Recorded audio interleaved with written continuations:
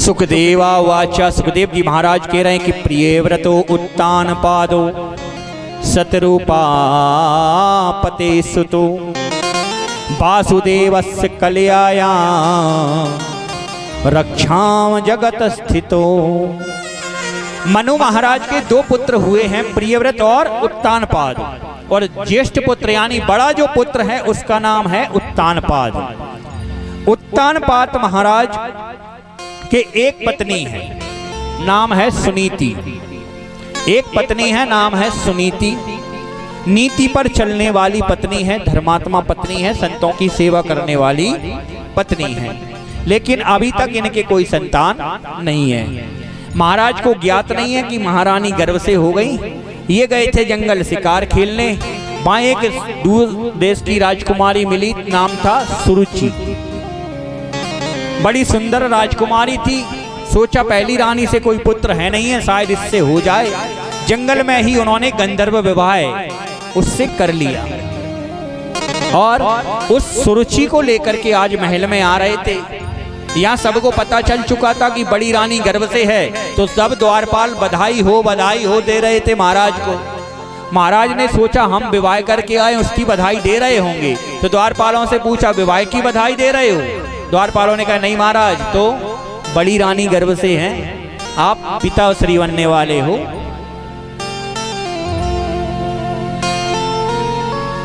तो श्रोता जो द्वारपालों से जब उन्होंने सुना, वह द्वारपालों से इतना सुना, किसने सुना? महाराज को तो सुनकर खुशी हुई, लेकिन उनके साथ जो आई थी सुरुचि, उसके मन में दुख हुआ। उसने महल में अंदर जाने से मना कर दिया, महाराज हम नहीं जा रहे। महाराज उत्तानपाद ने कहा देवी आप क्यों नहीं जा रही? महाराज अब हमारा क्या काम, हम तो दासी बनेंगे, वो महारानी बनेगी। अब तो आपको संतान मिल गई ना, उसी का बालक राजा बनेगा, हमारा थोड़ी बनेगा। अच्छा, महाराज जो थे ना वो उसके रूप पर आसक्त हो गए थे, रूप पर मोहित हो गए थे, क्योंकि वो तन से ज्यादा सुंदर थी और वो महारानी तन से थोड़ी कम सुंदर थी। और आदमी जो है ना वो तन की सुंदरता सब देखते हैं, मन की कोई नहीं देखता है। कोई जो मन की सुंदरता देखता हो। एक कथा में हमने कहा अच्छा मन की सुंदरता कौन कौन देखते हैं? सबने हाथ उठा दिए। हमने कहा आपके एक ही छोरा है, उसके लिए छोरी देखने गए हो विवाह को। छोरी है बिल्कुल केवला जैसी काली, मन उसका बहुत सुंदर है, कर लोगे शादी? फिर नहीं उठाया किसी ने हाथ। इस जगत में हर कोई तन की सुंदरता देखता है, मन की कोई नहीं देखता। हमारे पास तीन चीजें हैं। तीन चीजें कौन कौन सी हमारे पास? तन, धन और मन है। सुनीति वो अपनी नीति पर चलती है, अपने पति की सेवा करे, अपने से छोटी जो अभी ब्याह के आई उसको छोटी बहन समझ के उसकी सेवा करे, और जो समय मिल जाए ना उससे वो संतों की सेवा करे। तो एक दिन संत की सेवा कर रही थी, एक संत ने उसका बड़ा हुआ पेट देख लिया, आशीर्वाद दे दिया कि पुत्रवान भवा, हे देवी तुम्हारे पुत्र होगा, पुत्रवती भवा। हाथ जोड़ लिए सुनीति ने, महाराज कृपा करें, मेरी छोटी बहन है, महाराज की दूसरी धर्मपत्नी, उसके भी कोई संतान नहीं, उसको भी पुत्रवती होने का वरदान दे दो।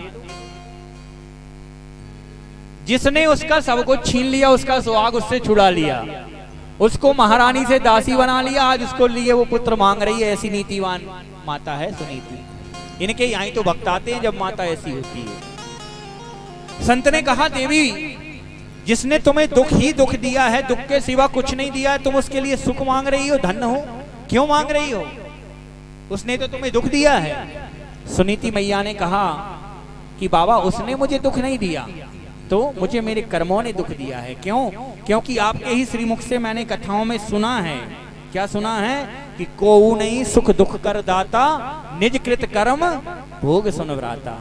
ना कोई किसी को सुख देता है, ना कोई किसी को दुख देता है, ये तो स्वयं हमें अपने कर्मों से मिलते हैं। और जो मुझे कर्म फल मिल रहा है उसके लिए मैं उसको दोष नहीं दे सकती।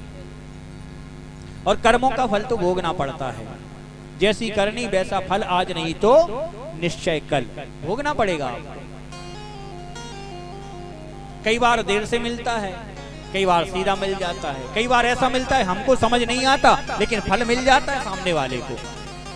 जैसे एक व्यक्ति जा रहा था रास्ते से, उसको दिखा आम का बगीचा। देखा किसने? आंखों ने। सबसे पहला पाप किससे हुआ? आंखों से। मन में लालसा जगी आम खाएं। आंखों ने देखा तो मन में कहा चलो खाएं, लेकिन आंखें देख सकती हैं, चलकर तो नहीं जा सकती, चलकर गए पैर। अब पैर तोड़ नहीं सकते, तोड़ा हाथों ने। हाथ तोड़ भले ले पर खा नहीं सकते, खाया किसने? मुंह ने। स्वाद लिया जीव ने, पहुंचा पेट में। आंखों ने देखा, पैर चल कर गए, हाथ ने तोड़ा, दांतों ने मुंह ने खाया। स्वाद रसना ने लिया और इतने में आ गया चौकीदार और डंडे पड़ गए पीठ में। अच्छा, पूरी घटना में पीठ बेचारी कहीं थी कि नहीं? आंखों ने देखा था, पैर हाथ ने तोड़ा था, मुंह ने खाया था, स्वाद जीव ने लिया, पेट में पहुंचा था, और डंडे पीठ में। ये तो गलत हुआ ना। पीठ बेचारी। महाराज ये कैसा न्याय आपका? भगवान ने कहा तूने है ना दुष्टों का संग किया। जीवन में सत्संग ना कर सको कोई गम नहीं, पर कुसंग से बचे रहना। तूने कुसंगियों का संग किया, इसलिए तू पिटी। ठीक है महाराज, लेकिन जिन्होंने पाप किया उन्हें तो कुछ नहीं मिला। भगवान ने कहा मिला, दंड तो मैंने उनको भी दिया, पर तुझे दिखा नहीं। कैसे महाराज? जब तुझ में डंडे पड़े तो आंसू कहां से निकले? रोया कौन? रोई तो आंखें ही, जिन्होंने सबसे पहले पाप किया था। लेकिन तू नहीं देख सकती उसको, मैंने तो कर्म फल उसको दिया है। तो भगवान कहते हैं जैसी करनी वैसा फल, आज नहीं तो निश्चय कल। और यही माता सुनीति कह रही है कि महाराज मुझे जो कर्म फल मिला है उसके लिए मैं सुरुचि को दोषी नहीं मानती। ऐसी नीतिवान महिला है। आशीर्वाद दे दिया संत ने कि उसके भी पुत्र होगा। कुछ समय के पश्चात इनके यहाँ ध्रुव जी महाराज का जन्म हुआ सुनीति मैया के गर्भ से, और सुरुचि के मैया के गर्भ से एक राजकुमार हुआ जिसका नाम रखा गया उत्तम। दोनों की 5-5 वर्ष की अवस्था। एक दिन की बात है, सुखदेव जी महाराज कह रहे हैं राजन परीक्षित कि एकदा सुरुचे पुत्रम कमारो पिलाल्यान उत्तम नारुचंतम ध्रुवम राज्यावनंदता। एक दिन की बात है, ध्रुव जी महाराज राज्यसभा में आए तो राजा उत्तानपाद के साथ अपनी बीमाता सुरुचि को देखा और उनकी गोदी में अपने छोटे भाई उत्तम को देखा। छोटे से बालक के मन में भी आया, ध्रुव कुमार के मन में आया कि हम भी पिता की गोदी में बैठे, भैया पसार दी पिताजी गोदी में उठा लो। उत्तानपाद ने सोचा मेरा छोटा सा बालक, उठाना चाहा, हाथ बढ़ाना चाहा तो सुरुचि ने पकड़ लिया। महाराज क्या कर रहे हो? कि बेटे को गोदी में ले रहा हूं। महाराज ये राजकुमार नहीं है, दासी का पुत्र है, और कोई दास पुत्र सिंहासन पर बैठने का अधिकारी नहीं होता। ध्रुव जी ने इतना सुना, राजा ने हाथ पीछे खींच लिए। ध्रुव जी ने पूछा माता क्या मैं नहीं बैठ सकता? कि नहीं बैठ सकते। क्यों? कि तुम दासी के पुत्र हो, तो मैया सिंहासन पर बैठने मुझे क्या करना होगा? कि जंगल जा, भगवान का भजन कर और वरदान मांग, अगली बार मेरी कोख से तुझे जन्म मिले तब तू इस सिंहासन पर बैठ पाएगा। ध्रुव जी रोते रोते आज अपनी माता के पास आए। माता बहुत तरीके से पूछती है, पर ध्रुव जी कुछ बता नहीं रहे हैं कि हुआ क्या है। एक दासी ने पूरा समाचार सुनाया, सुनीति को ये हुआ है। सुनीति ने कुछ नहीं कहा भी माता के लिए, क्योंकि ध्रुव जी के मन में हो सकता है कुछ गलत विचार आ जाते अपनी माता के लिए। सुनीति ने कहा कि बेटा उसने तुझसे कुछ भी गलत नहीं कहा, तू जंगल जा, भजन कर, भगवान से कहे कि उसकी ही गोदी में तुझे बिठा ले, इस राजा की गोदी में नहीं। तू तो जगत के पिता की, जगत के राजा की गोदी मांग लेना। मैया मैं जंगल तो चला जाऊं, भजन भी कराऊं, पर मेरा लालन पालन भरण पोषण कौन करेगा? माता ने कहा जिसने तेरा गर्भ में लालन पालन किया, जिसने तेरा गर्भ में भरण पोषण किया, वो ही वहां पे तेरा भरण पोषण करेगा। इतना उन्होंने कहा तो मैया मैं जाऊं, तू चलेगी मेरे साथ? बोली नहीं, मेरे जीवन में पहले तेरे पिता आए, बाद में तू आया, मैं पिता की सेवा करूंगी। आज ध्रुव जी महाराज ने अपनी माता से आज्ञा ली, जाने लगे तो माता ने कहा अपने विमाता और पिता को प्रणाम करते जाना। राज्यसभा में पुनः आए, साष्टांग लेट गए। सुरुचि ने कहा क्या कर रहा है? कि मैया जंगल जा रहा हूं, आपको प्रणाम कर रहा हूं। सुरुचि के भी हृदय ने कहा कि उठे और इस बालक को रोक ले, लेकिन मन ने दोबारा कहा कि जाने दे, कोई हिंसक पशु इसको खा जाएगा और तेरा बेटा निष्कंटक राजा बन जाएगा। हमारा मन दोनों बातें कहता है, अच्छी और बुरी। अच्छा मन कहता है चलो कथा में समय से चले, समय से आएंगे। बुरा मन कहता है महाराज बहुत सारे काम पड़े हैं, थोड़ा लेट चलें और जल्दी भगाएंगे। हम बुरी बात जल्दी मान लेते हैं और अच्छी बात देर से मानते हैं। सब कुछ उन्होंने कहा, आशीर्वाद दे दिया कि जा बेटा जल्दी भगवान की प्राप्ति तुझे हो जाएगी।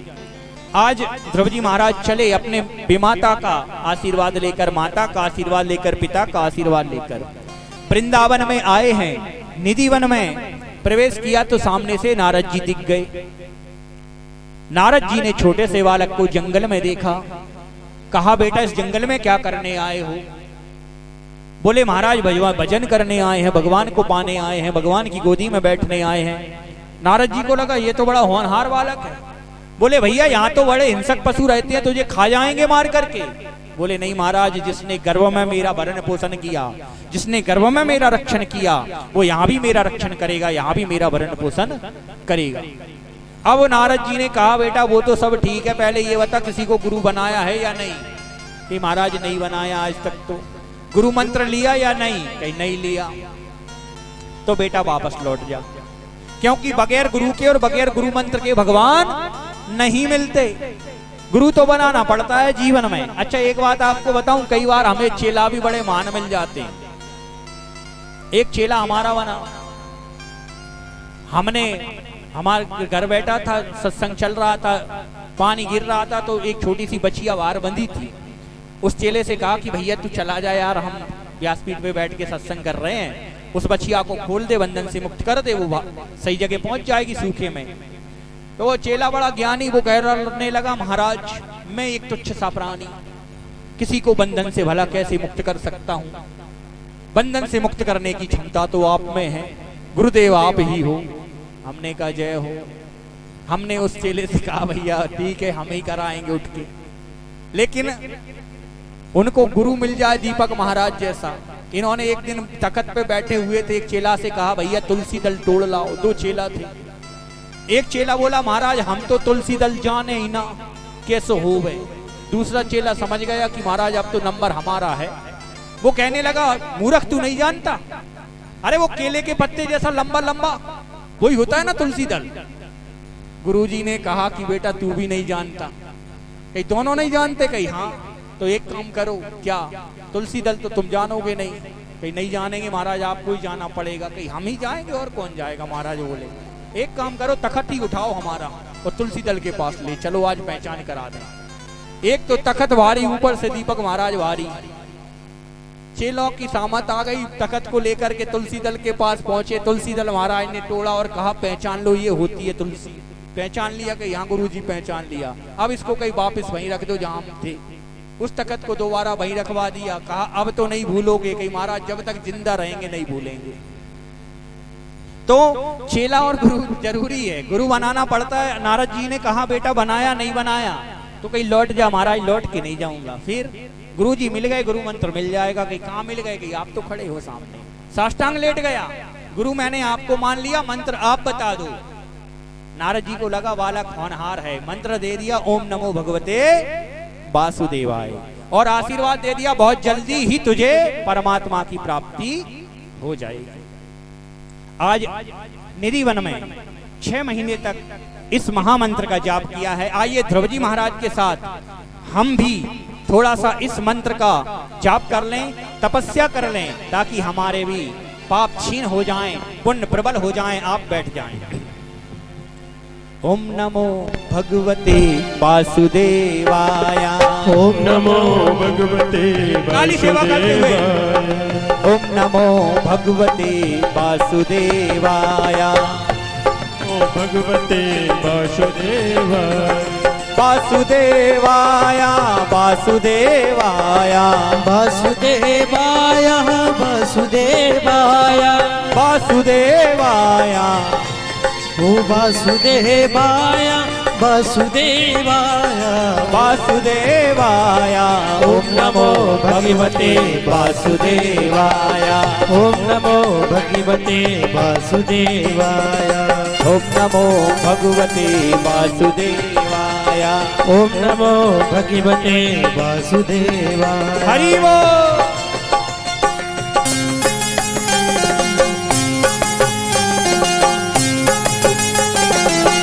चबूतरे वाले ताली सेवा करते रहें।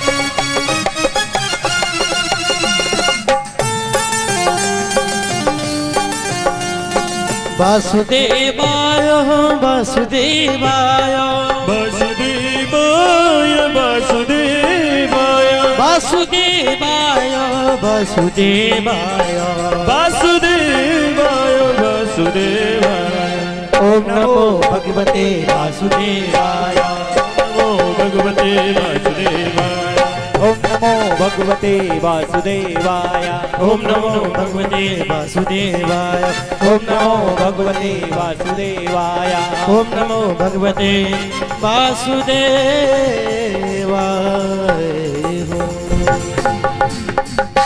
ध्रुव जी महाराज ने मात्र 6 महीने तप किया है और 6 महीने में ही भगवान उनके सम्मुख प्रकट हो गए। बोली लक्ष्मी नारायण भगवान की। ध्रुव जी महाराज आंखें बंद किए हैं, तब भगवान ने अपनी ही दाहिने हाथ का जो शंख था ध्रुव के मस्तक से लगाया है, सोई हुई सरस्वती को जागृत किया है।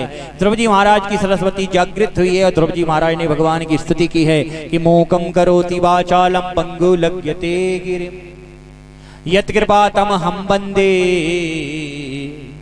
परमानंद माधवम। ध्रुव जी महाराज ने स्तुति की है और ध्रुव जी महाराज की उस स्तुति पे भगवान प्रसन्न हुए, कहा वर मांग। तब ध्रुव जी महाराज ने कहा कि महाराज आया तो सांसारिक अभिलाषा से था, लेकिन अब आपके दर्शन मिल गए हैं, चरण कमल मिल गए हैं, तो अब मुझे अन्य और कुछ अभिलाषा नहीं है मन में।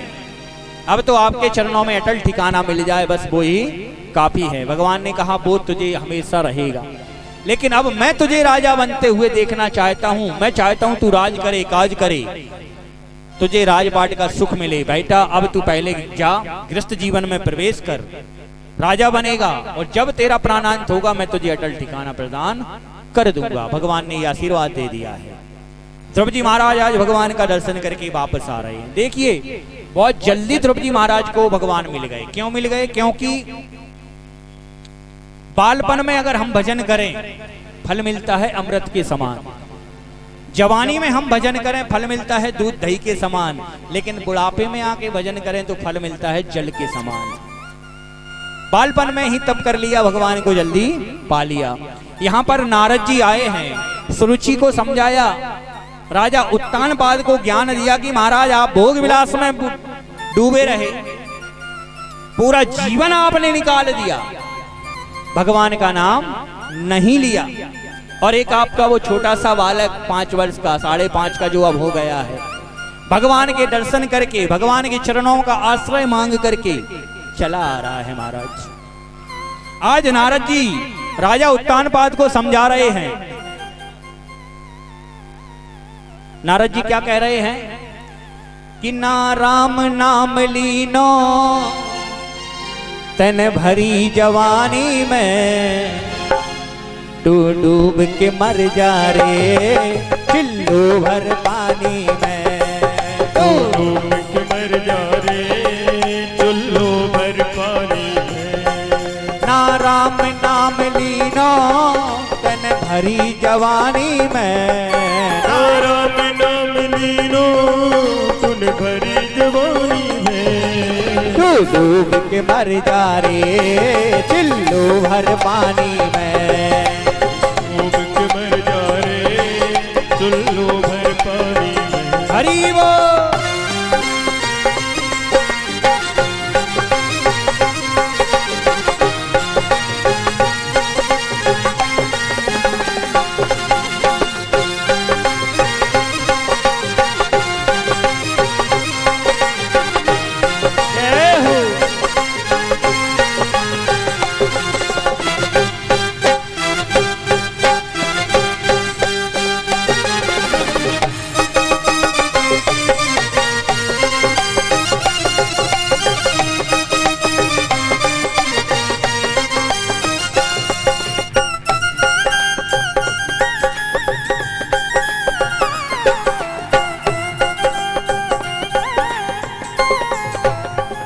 नारद जी कह रहे हैं कालायो माटी में मिल जाएगो माटी में, कालायो माटी में मिल जाएगो माटी में। एक दिन तेरी काया बंध जाएगी काठी में, एक दिन तेरी काया बंध जाएगी काठी में। पानी को बबूला है, को बबूला है, पानी को बबूला है, पानी को बबूला है। मिल जाएगो पानी में, तू डूब के मर जा रे चिल्लू भर पानी में। तू डूब के मर जा रे चिल्लू भर पानी में। नाम नाम लीनो ना हरि को नाम लीनो, तन भरी जवानी में तू डूब के मर जा रे चिल्लू भर पानी में। डूब के मर जा रे चिल्लू भर पानी में। हरि वो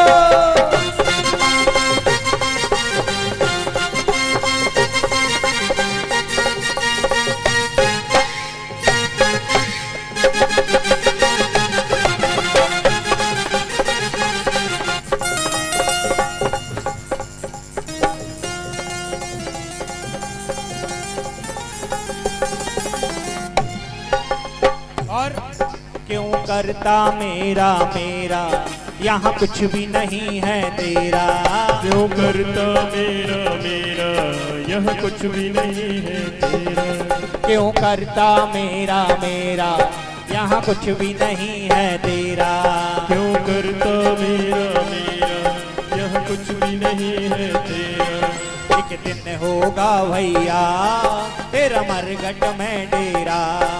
एक दिन होगा भैया तेरा मरघट में डेरा। कछु कमाए के ले जा रे, कमाई के लिए जा रे, कछु कमाए नहीं पायो, कुछ कमाए नहीं पायो। ऐसी जिंदगानी में हे तू डूब के मर जा रे चिल्लू भर पानी में। तू डूब के मर जा रे चिल्लू भर पानी में। ना राम नाम लीनो ना हरि को नाम लीनो, तन भरी जवानी में तू डूब के मर जा रे चिल्लू भर पानी में। डूब के मर जा रे चिल्लू भर हरि पानी वो में।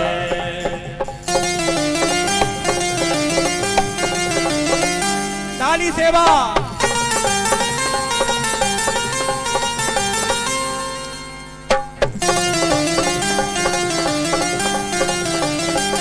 जय हो।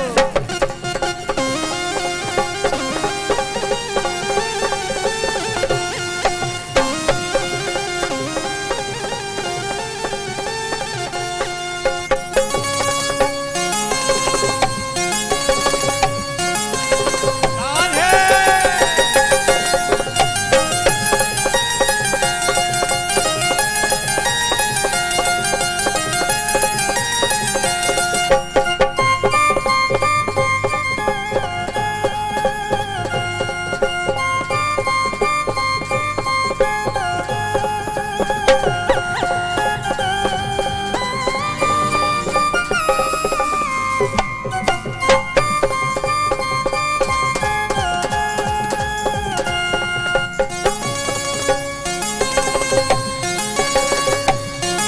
जय हो।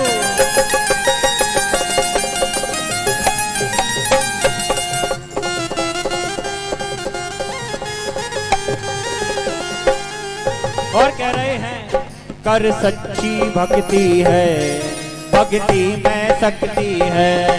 कर सच्ची भक्ति है भक्ति में शक्ति है। कर सच्ची भक्ति है भक्ति में शक्ति है। कर सच्ची भक्ति है भक्ति में शक्ति है। जा भक्ति से भैया मिल जाएगी मुक्ति है। या भक्ति से भैया मिल जाएगी मुक्ति रे। तन बालापन खोयो दिन बालापन खोयो सा सारो जीवन खोयो, सारा जीवन खोयो, क्यों आना कानी में तू डूब के मर जा रे चुल्लू भर पानी में। तू डूब के मर जा रे चिल्लो भर पानी में। ना राम नाम लीनो धन भरी जवानी में, ना राम नाम लीनो तुन भरी जवानी में। तू डूब के मर जा रे चुल्लू भर पानी में। तू डूब के मर जा रे चिल्लो भर पानी में। तू डूब के मर जा रे चुल्लू भर पानी में।